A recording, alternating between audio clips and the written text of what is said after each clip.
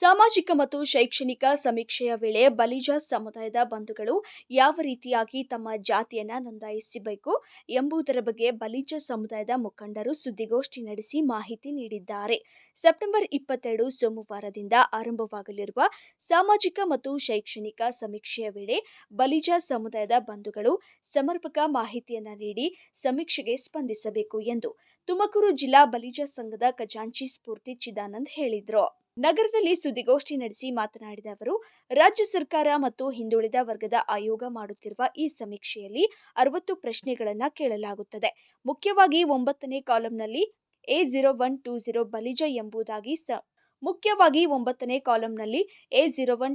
ಬಲಿಜ ಎಂಬುದಾಗಿ ಸಮುದಾಯದ ಬಂಧುಗಳು ನಮೂದಿಸಬೇಕು. ಉಪಜಾತಿಗಳ ಬಗ್ಗೆ ಹೆಚ್ಚು ಚರ್ಚಿಸುವ ಅಗತ್ಯ ಇಲ್ಲ.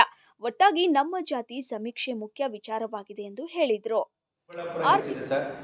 ಮತ್ತು ದೊಡ್ಡಬಳ್ಳಾಪುರ ಇದೆ, ಕೋಲಾರ ಇದೆ, ತುಮಕೂರು ಇದೆ, ಬಳ್ಳಾರಿ ಇದೆ, ಮೈಸೂರು ಇದೆ. ಸಭೆಗಳು ಆಗಿದೆ ಎಲ್ಲ ಇವತ್ತೆಲ್ಲ ಇದರಿಂದ ಆಗಿದೆ ಕಂಪ್ಲೀಟು. ಎಲ್ಲ ನಮ್ಮ ಜಿಲ್ಲೆ ಇಡೀ ಸ್ಟೇಟ್ ಅವ್ರು ಬಂದು ಎಲ್ಲ ತೀರ್ಮಾನ ಮಾಡ್ಕೊಂಡು ಇವತ್ತು ಶಾರ್ಟ್ ಪೀರಿಯಡ್ ಆಗುತ್ತಲ್ಲ, ಅದಕ್ಕೆ ಇಮಿಡಿಯೇಟ್ ಇದನ್ನ ಭಾಳ ಅರ್ಜೆಂಟಾಗಿ ಕರೆದಿದ್ದು ಸರ್. ಇದು ಕರೆದು ಇದನ್ನ ಜನಕ್ಕೆ ಎಲ್ಲೋ ಒಂದು ಕಡೆ ಗೊಂದಲ ಆಗಬಾರ್ದು ಅಂತ. ಬಂಧುಗಳೇ, ಕೊನೆಯದಾಗಿ ನಿಮಗೆ ಏನು ಹೇಳಕ್ಕೆ ಇಷ್ಟಪಡ್ತೀವಿ ಅಂತಂದರೆ, ಒಟ್ಟಾರೆ ನಾವು ಬಲಿಜಿಗರು ಎಲ್ಲರೂ ಒಂದೇ, ಯಾವುದೇ ರೀತಿ ಭಿನ್ನಾಭಿಪ್ರಾಯ ಇಲ್ಲ. 25, 26 ಉಪಜಾತಿಗಳಿದ್ದಾವೆ, ಎಲ್ಲವೂ ಉಪ ಪಂಗಡಗಳಿದ್ದಾವೆ, ಎಲ್ಲವೂ ಕೂಡ ಬಲಿಜರಿದೆ. ಆ ಒಂದು ನಿಟ್ಟಿನಲ್ಲಿ ಬಲಿಜ ಎಂಬುದಾಗಿ ನಮೂದಿಸಿ, ಮತ್ತೆ ರಾಜ್ಯ ಸರ್ಕಾರ ಕೈಗೊಂಡಿದ್ದ ಅಂಕಿಅಂಶಗಳಿಗೆ ಪೂರಕವಾಗಿ ಅದನ್ನು ವರ್ತಿಸಿ, ಮತ್ತೆ ಎಲ್ಲರೂ ಕೂಡ ಇದನ್ನ ಹಿಂದೆ ಸರಿಬೇಡಿ. ಈ ಒಂದು ಕಾರ್ಯಕ್ರಮಕ್ಕೆ ನೀವು ಬಂದು ಏನು ಕುಟುಂಬದ ಮುಖ್ಯಸ್ಥರು ಬಂದು ಇದನ್ನು ಯಶಸ್ವಿಗೊಳಿಸಿ ಅಂತ ಈ ಮೂಲಕ ಕೋರ್ಕೊಳ್ತೀನಿ ಸರ್. ಆರ್ಥಿಕ ಶೈಕ್ಷಣಿಕ ದೂರದೃಷ್ಟಿ ಗಮನಾರ್ಹ ತಿರುವುಗಳನ್ನು ತೆಗೆದುಕೊಳ್ಳುವ ಉದ್ದೇಶದಿಂದ ಮುಂದಿನ ದಿನಗಳಲ್ಲಿ 3A ಯಿಂದ 2Aಗೆ ಅಂದರೆ ಸರ್ಕಾರಿ ಕೆಲಸಗಳು ಹಾಗೂ ರಾಜಕೀಯವಾಗಿ ತಮ್ಮ ಬಲಿಜ ಜನಾಂಗ ಮುಂದೆ ಬರಲು ಎಲ್ಲರೂ ಸಹಕಾರ ನೀಡಬೇಕು ಎಂದು ತಿಳಿಸಿದರು. ಇದೇ ವೇಳೆ ಬಲಿಜ ಸಂಘದ ಜಿಲ್ಲಾಧ್ಯಕ್ಷರಾದ TR ಅಂಜನಪ್ಪ ಅವರು ಮಾತನಾಡಿ, ಬಲಿಜ ಸಮುದಾಯದ ಬಂಧುಗಳು ತಮ್ಮ ಜಾತಿಯನ್ನ ಸಮರ್ಪಕವಾಗಿ ನಮೂದಿಸಿ ಸಮೀಕ್ಷೆಗೆ ಬಂದವರಿಗೆ ಸ್ಪಷ್ಟ ಮಾಹಿತಿ ನೀಡಿ ಸಹಕರಿಸಿ.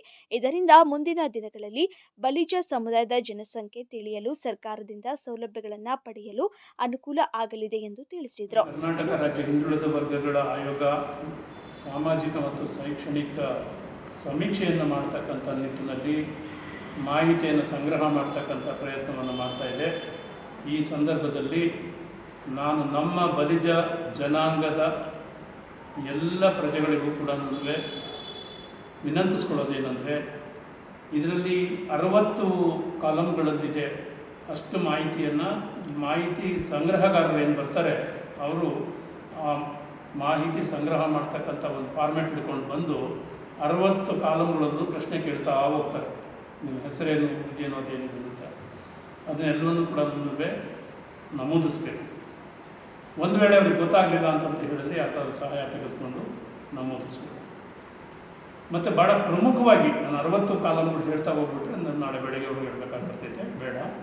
ಪ್ರಮುಖವಾಗಿ ಹೇಳಬೇಕು ಅಂತಂತ ಹೇಳಿದ್ರೆ, ಏನು ಕಾಲಮ್ 1ರಲ್ಲಿ ಹೆಸರು ಮತ್ತು ನಮ್ಮ phone number, Aadhaar number, PAN number ಅದೆಲ್ಲ ಕೇಳ್ತಾರೆ, ಅದನ್ನೆಲ್ಲ ಕೊಡಬೇಕಾಗಿರ್ತೈತೆ. ನಂತರ ಬಂದರೆ ಕಾಲಮ್ 9ರಲ್ಲಿ ನೀವು ಯಾವ ಜಾತಿಗೆ ಸೇರಿದವರು ಅಂತಕ್ಕಂಥ ಒಂದು ಮಾಹಿತಿ ಕೇಳ್ತಾರೆ. ಆ ಕಾಲಮಲ್ಲಿ ನಾವು ಬಲಿಜ ಅಂತಕ್ಕಂಥ 3 ಅಕ್ಷರಗಳ ಪದವನ್ನು ಮಾತ್ರ ಹೇಳಬೇಕು. ಇನ್ನು ಇದೇ ಸಂದರ್ಭದಲ್ಲಿ ಮುಖಂಡರಾದ ಗಣೇಶ್, ಜಯಣ್ಣ, ಪ್ರಕಾಶ್ ಮತ್ತು ಗೀತಾ ಸೇರಿದಂತೆ ಮತ್ತಿತರರು ಸುದ್ದಿಗೋಷ್ಠಿಯಲ್ಲಿ ಉಪಸ್ಥಿತರಿದ್ದರು.